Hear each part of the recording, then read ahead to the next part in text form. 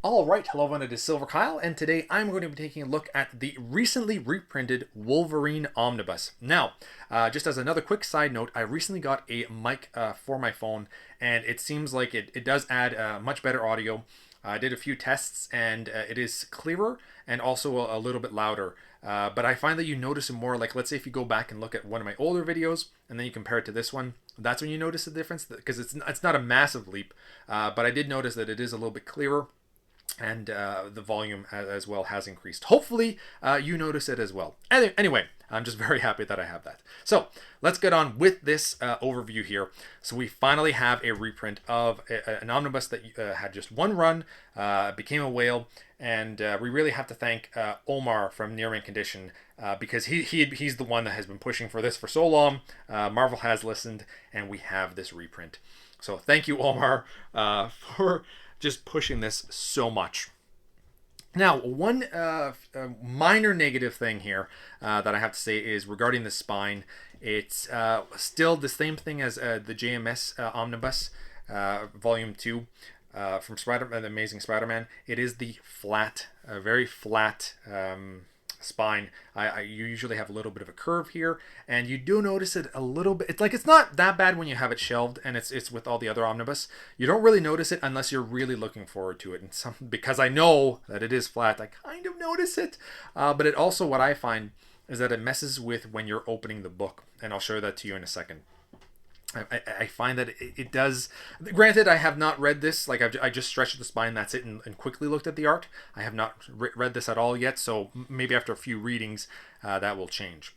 So this includes. Let's see if we can focus here. Retails for $100 in the U.S., $127 in Canada, which is awesome. It's the actual retail price that we got for this when it first was printed, and I ended up getting it for $85 here in Canada on Amazon.ca at the time, so I'm very happy with that. It includes quite a bit here of basically Wolverine's origins.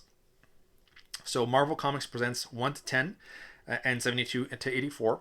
Incredible Hulk 180 to 182 and 340. Marvel Treasury Edition number 26, Best of Marvel Comics. Wolverine 1982 1 to 4. Uncanny X-Men 172 173. Kitty Pryde and Wolverine 1 to 6. Captain America Annual number 8. Spider-Man vs. Wolverine Marvel Age Annual number 4. And the Wolverine Standalone 1988 1 to 10, as well as Punisher War Journal 6 to 7. So quite a lot of material here for Wolverine's origins. Let's get that to focus. Okay. So we've got some information about the book itself, I believe, and then the creators. We'll take the dust jacket off.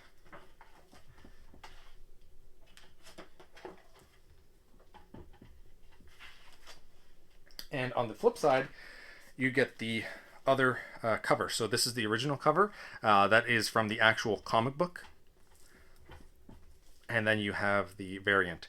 And I like the variant is nice, but I always like having the original cover art that the comic book itself was. This because this is the art that's actually in this omnibus. That's what I want. I do like variants, but I like those to be at the end of the book. So we open it up, and as you can see, it's kind of just dangling there. It is actually not touching. There's about this much space, and it's what's happening. And I'll show you in a second. Is because of that the binding of the book, and the way they have it. So we have the writers, the pencilers, inkers, everybody here that worked on the book. What I also like is that we do have contents in this. I loved having this because I like to refer to the time era of when these books were created. Now, as far as I know, this is more so. Storyline wise, I've never read any of this. So storyline wise, I do think that even though it would go from 1991 from when it was published to the 74 for when he first showed up, and then the 80s afterwards, this is still chronologically, in terms of story, this is correct. Just not in terms of when they actually printed all of this material. So, and the colors in this is just absolute, like in the first few issues here, like it just pops so much, and the art I love as well. I find it's perfect for the origins of Weapon X. So we're like 40, 50 pages in here, And as you can see, it does lay flat, like it's not trying to close itself, but it's still popping out a little bit, which can result in some gutter loss for when there's splash pages. And what's happening is that the book is still, like, the binding is not giving you an eye at all. So this is how you're reading the book, and it's just staying exactly like that, which is kind of a negative. But I think that the JMS Volume 2 and Wolverine and Astonishing X-Men are the only ones that have that, and after that they are going back to, that's an iconic cover right there, or not cover but page, because I've seen that before. But yeah, I think it's only those 3 omnibus that are like this. 100 pages in and we're still kind of,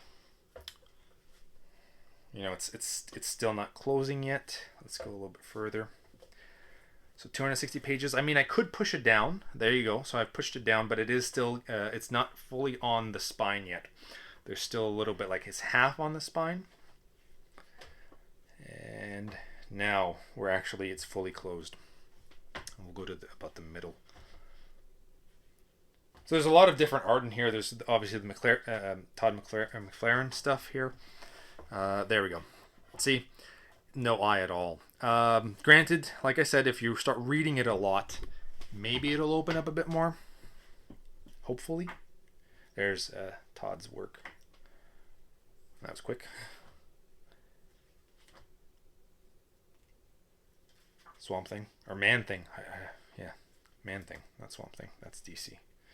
Here's his, I think this is his, yeah, his solo from 1988. And what I'm hoping is that this sells well, which I think it is, and we end up getting more of this. And what I would love to get is mid-90s to late 90s and early 2000s, because that's what I read from Wolverine. So here's a splash page. So there's a bit of gutter loss there, which is unfortunate. But yeah, I really would love to have a volume 2, 3, 4, 5. Just give me that 90s, late 90s Wolverine in omnibus format, and I will be a very happy camper. And that's pretty much it. So there you have it. The Wolverine omnibus is finally out. The reprint. Definitely try to pick this up because, like I was saying, I do think that this is that it is low in print, potentially on Amazon and Indigo for Canada anyway. I don't know how much stock they have in the States. I'm assuming more, but yeah, I was kind of surprised that they were showing that this was potentially already out of stock or low in stock. But it could be because of everything that's going on that they didn't have a big print number for it to begin with, or they weren't able to make enough at this point, and we might get more later down the road. But I have no idea. So anyway, Wolverine, can't wait to dive into this. Thank you all for watching. You have been bearded in Beardage.